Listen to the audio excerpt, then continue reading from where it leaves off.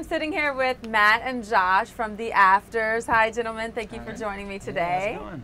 So, for fans who may not be that familiar with you guys, let's start from the beginning. How did you two meet and the whole group meet? We met at a little Starbucks that we used to work at. Actually, we first met in high school. He was a couple years ahead of me in high school. Older, I like to say. You could say that, yeah. But we knew each other, but you know, we sang in choir together and that type of stuff, but we weren't really friends in high school because he was way cooler. But then we started, he came into a Starbucks one day that I worked at, and he wanted to work the morning shift there. So we started working together, opening up that Starbucks. We'd come in and brew coffee, and I remember we both played guitar at the time, and so we always had acoustic guitars that we brought and we'd keep in the trunk of our car. And he actually would pull it out, and I would grab mine, and we'd sing out, you know, songs. We'd just make up songs right there in the store. And that's great. we'd sing out drink orders and just goof off, and people really liked it. And somebody asked us if we could put together some music for this conference that was at a university down there. And so we did. We just had great feedback. So we thought maybe there's something more here. And so how did you get the group name The Afters? Well, it wasn't originally the band name. We started a group after all this, and we had our first show in Dallas, and we called ourselves Bliss. Okay. And I think our first show, I mean, we had a lot of people. It was like 300 people, and it was mostly Starbucks customers, I think. But we actually built up a big fan base under the name Bliss, and we had to change it when we got signed because we found out that we were not very original, and there was lots of other bands called Bliss. So we went on a big long name hunt, and The Afters is the one that we kept coming back to. Well, great. No. So tell me, you guys are both young and very talented. Do you have any suggestions for other people that are maybe trying to put together a band as well? Good luck. No. You know, I think so much of it is just perseverance. You know, it's hard to. There are millions of bands. Just scan MySpace just for 5 minutes, and you know that there are just so many bands. So I mean, you have to be really original and really good. So, practice and stick with it. Unless you're 40, and then that's probably time to start looking for something else. So how does your faith affect your music? I think that if your faith is integral in your life, as it should be, then it's going to affect every different aspect of what you do. And because music is an expression of our life, we write about the things that are important to us. Right. And because our faith is integral to everything in our life, it comes out in our music. And I think that's why, a lot of times we hear from our fans that they really relate to the content of our songs. And they feel like it's a story from their life. Right. And I think it's because we write songs that are honest, that are based on real experiences, and I think that translates. How do you feel that your music, I know you were mentioning how fans relate to it, how do you feel that your music sounds different than some of the other bands that are similar to you out there in the music industry? We are all about the melody. We really will not finish a song until we feel like it has a strong, singable melody. I don't know, I'm a big pop music fan, and I love analyzing what makes a hip hop song. And I'm a huge Beatles fan, and they nailed the melody thing.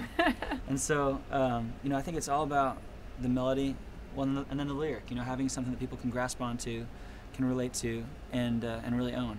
Do you have any opinions about the Christian music scene today, right now? It's light years beyond where it was when I was in high school. Right. I mean, we're playing a show tonight with Newsboys, and I remember going and seeing them when I was in high school.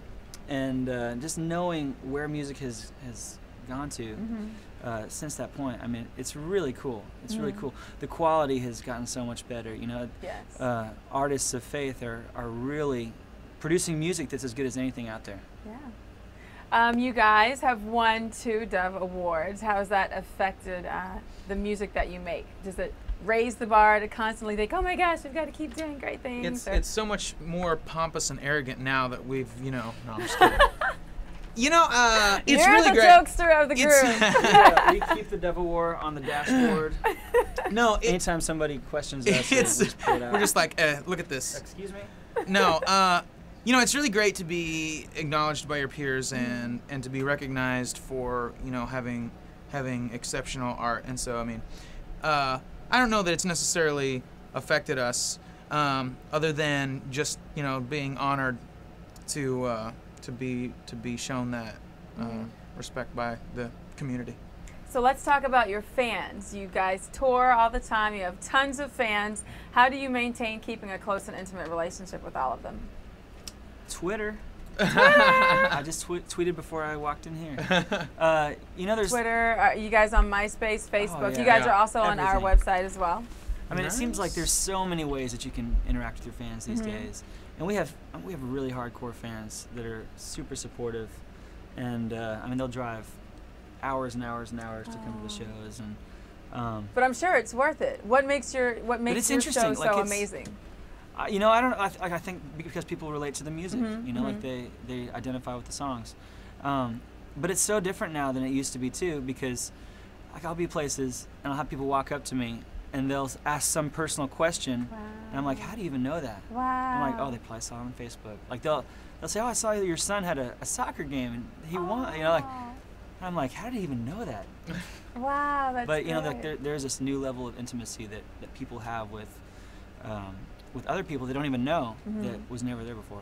Do you have any special moments from touring or any unique stories? Oh, I mean, every day we get new stories. When we got attacked by the bear that one time. we did get attacked by a no, we skunk. didn't. No, Oh, we did. told We were you kind you're of a jokester. we were kind of assaulted by a skunk one night. We decided to go camping. We had a night off, and so we thought, hey, you know what? We always stay in hotels. Let's camp. So we went and bought tents and sleeping bags and stuff, and Well, went to the state park. we neglected to check the weather Yeah. forecast, and there was a big storm system that was coming through. It was like the remnants of a hurricane, and so we ended up, setting up our camp. And Matt and I, miserable. we were sharing a tent, and like all night long we hear this thing scratching at the tent. You know? Well, he was even nudging Trying my to get out- feet. I we're was trying to like, get out from the "What rain or is this something." thing?" And so we're like kicking it away, and it's just storming, and the wind is blowing. Like we thought we were gonna end up in a tree.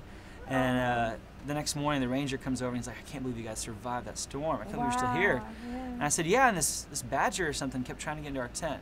He's like, "Oh, we don't have badgers, but we have lots of skunks." So that could have been bad. Could have been. But we have, because we're from Starbucks, we have lots of fans that bring Starbucks cards, Right. which is always, I mean, that's Wow. incredible. But the gift that keeps on giving. keeps on giving. Do you have a common message or underlying theme that you like to have in all of your music? You know, I think it changes from record to record depending on what's going on in our lives, because we pull from experience, and like our first record was very hopeful, and because it was our first record, you know, we had our entire catalog to pull from. Like it was all the songs that we had written up until that point, and it was just a theme of kind of hope and love and optimism. And the second record, like we went through a lot of different experiences between the first record and the second record, a lot of difficult experiences. And So it was all about being burned out and jaded. No, I'm just kidding. really depressing and dark. Yeah, it was no, terrible. no, but I did start to understand why a lot of times bands' sophomore record is a lot darker, because you experience a different piece of life. And Well, but, and you work and work and work. We were on the road 300 days a year. I mean, it's really on a serious note. It is really hard. And speaking I of just being lost on the my road, dad. how do you stay focused? I mean, you're constantly going different places.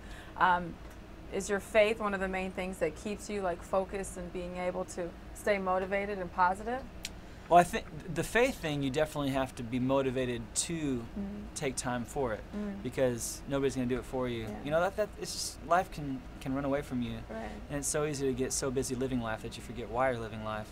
And especially when you're on the road, because I describe it kind of like Groundhog Day. Like if you've seen that movie, I have, yes. being on the road is kind of like that. It's the same Wow. thing every day, but except with different people. Because you load into a new venue and you have the same routine, and so it's easy to get out of the routine of taking time. But I notice in my life when I don't take that time, and fortunately, have great church back home and great mentors that kind of make sure that we're doing that. But our families, Good. too, help to keep us grounded.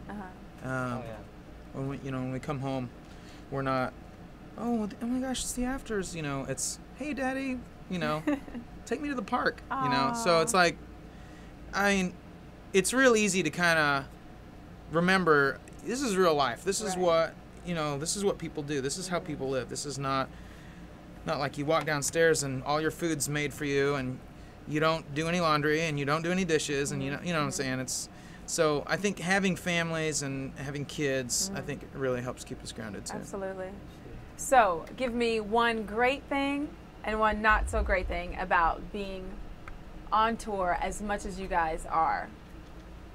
I think one of the greatest things is we get to see the world. We have seen everything in America. Like where have you been? In the last week we've been Mount Rushmore to Boston to now New York City. I mean we've been all over to the top of a ski mountain in New Hampshire. I mean, we really do get to see the world, and I love traveling. So that's definitely the best. The worst part, I mean, it's definitely being away from family, being away from the people that you love, and but that's hard for anybody who has a job where they travel.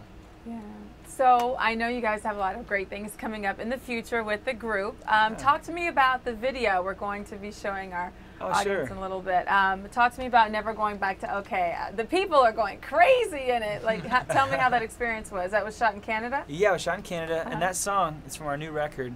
And it kind of sums up the theme of that record. Having gone through all these, trying experiences since then, like we want to have a positive spin on it. And so, like the whole concept for Never Going Back to OK, it was really inspired by my brother, who had gone from being a meth addict and being in jail and losing his family and just really hitting rock bottom to completely turning his life around. Wow. And he's doing just phenomenal now. That's great. And it was so inspiring to see that, because there's so many times I'd just given up on him and thought, man, he's a lost cause. And it just reminded me, you can't give up on the people that you love. Right. There's never anyone who's a lost cause. There's always hope. And so Never Going Back to OK is about not being content with where you are, not being complacent, but always striving to become what God made you to be. Were some of the people in the video your fans and friends? We went to Canada, like the break dancing and the flipping and everything, the construction guys dancing, everybody. It was amazing. We actually have this friend, he's a director up in Canada, and he got the city of Windsor, Ontario to block off a street, and they donated the cop car, a city bus, the crane. Great. It was all over the news. It was a huge thing there. Wow. And we just did a casting call and had 200 or 300 people come out great. at 4 o'clock in the morning. Like, it was unreal. Oh, great. And it was a single shot video. So when you're watching the video, there's no editing. Like from the action shot to the cut. You just see the camera panning a little bit. Yeah. That's it. And even when it turns around, it looks like there's a cut and like there's a little change in the contrast. It was still the same shot. Well, it's fun. It's a great video. Well, thank you guys for joining me today. Absolutely. Thanks for having us. If you want to learn more about the Afters, make sure you head over to our website, and also you can check out an extended version of this interview. But that's it for this week's episode of iCTHuS.eQ. But make sure you tune in next week, where we promise to have a whole lot more music videos for you. But for now, I'll leave you with a little something with Never Going Back to OK from the Afters. I'm Mari White, and I'll see you guys next time.